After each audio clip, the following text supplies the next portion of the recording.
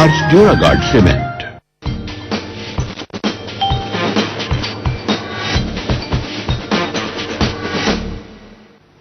Smart career में आज हम बात इंजीनियरिंग की कर रहे हैं। इंजीनियरिंग की तैयारी कैसे की जाए। अगर आप इंजीनियर बनने का सपना देखते हैं तो आपके जहन में जो जो सवाल उठ रहे होंगे उन सभी सवालों के जवाब आज आपको इंडिया न्यूज के इस शो में मिलने वाले हैं। हमारे साथ दो खास मेहमान जुड़े हुए हैं, कॉलर्स भी फोन कर रहे हैं, अपने सवाल पूछ रहे हैं। यहाँ पर हिमानी, मेरा आपसे सवाल ब्रेक से पहले जो मैं पूछ रही थी वो ये है कि एक कॉलर ने हमें फोन किया और पूछा कि हम किस स्ट्रीम में इंजीनियरिंग की जाएं, ये इसका चुनाव कैसे करें, क्योंकि कुछ ट्रेडिशनल फील्ड्स होती हैं, कुछ अभी नए नए कोर्सेज भी आ गए हैं इंजीनियरिंग में। क्या प्लेसमेंट्स को ध्यान में रख के भी चुनाव किया जाना चाहिए कि किस स्ट्रीम में जाना चाहे? बिल्कुल तन्वी, शुभम, मैं आपका ये आंसर देना चाहूंगी। आज करियर प्रोस्पेक्ट्स को ध्यान में रखना सबसे बड़ा फैक्टर है आपके लिए स्पेशलाइजेशन चूज करने का। जो ट्रेडिशनल कन्वेंशनल इंजीनियरिंग, शुभम, मैं आपका ये आंसर देना चाहूंगी। आज करियर प्रोस्पेक्ट्स को ध्यान में रखना सबसे बड़ा फैक्टर है आपके लिए स्पेशलाइजेशन चूज करने का। जो ट्रेडिशनल कन्वेंशनल इंजीनियरिंग स्ट्रीम्स हैं जैसे mechanical, electrical, civil, computer science and IT, इनके ग्रोथ प्रोस्पेक्ट्स अगले 5 साल बहुत इमेंस हैं। But because of make in India and नई स्पेशलाइजेशंस जैसे बायोटेक्नोलॉजी, पेट्रोलियम, मैकाट्रॉनिक्स, एरोस्पेस, इनकी भी बहुत ग्रोथ प्रोस्पेक्ट्स होने वाले हैं। There is a statistics which proves that ये सारी स्पेशलाइजेशंस के करियर प्रोस्पेक्ट 200% ग्रो करने वाले हैं कंट्री में। बहुत सारी नई स्टार्टअप्स हैं, बहुत सारी नई ई-कॉमर्स कंपनीज हैं जिनके पे पैकेजेस बहुत फिनोमिनल हैं जी। और आज एक इंजीनियरिंग करके जब बच्चा पास आउट होता है तो उसका ये ड्रीम 15-20 लाख का पैकेज पाना बहुत ट्रू है। बिल्कुल, तो इन सब बातों को भी ध्यान में रखकर आप अपनी स्ट्रीम चूज कर सकते हैं। एक और कॉलर इस वक्त हमें फोन कर रहे हैं, रांची से शुभम फोन कर रहे हैं। शुभम, अपना सवाल पूछ सकते हैं आप। मैम, हम इंजीनियरिंग में इलेक्ट्रिकल ब्रांच लेना चाहते हैं। शुभम, अपना सवाल दोहराएंगे आप? मैं इलेक्ट्रिकल ब्रांच लेना चाहता हूँ इंजीनियरिंग में। क्या इसका स्कोप कैसा है?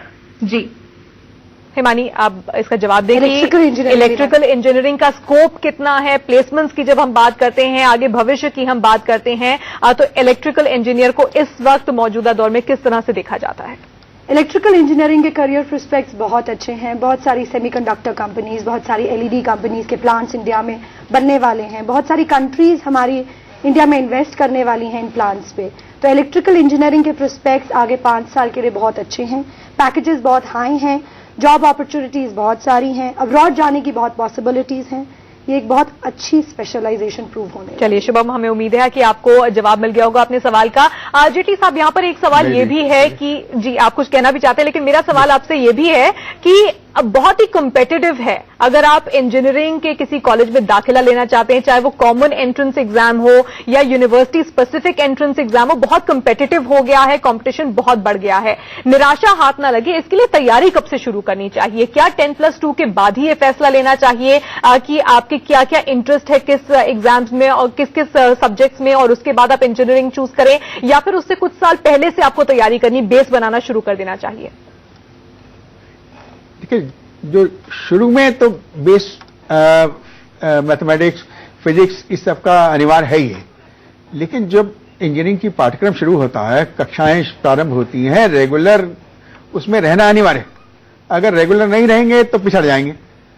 जिसे मैं बताता हूं, जहां जहां हमने प्रयोग ये किया है कि हर वीक एक टेस्ट हर विषय में होना अनिवार्य, उसके बड़े अच्छे परिणाम मिलते हैं और बच्चों को उसकी तैयारी निरंतर करते रहने से ही है। अगर सिर्फ जब एंड सेमेस्टर एग्जामिनेशन आती है उसकी तैयारी करते हैं आखिरी सप्ताह में, तो उससे सफलता मिलने की संभावना बड़ी कम रहती है।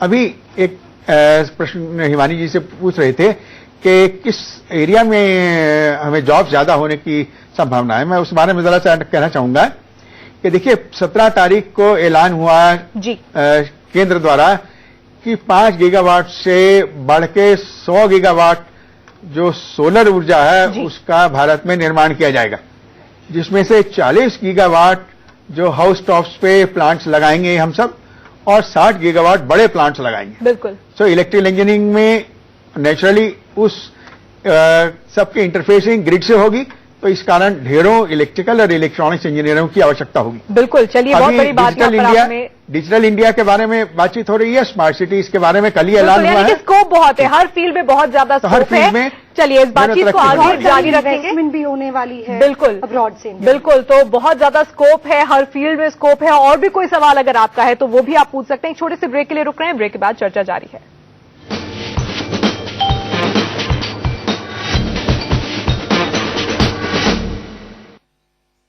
क्लासरूम तो जश्न है जिज्ञासा का।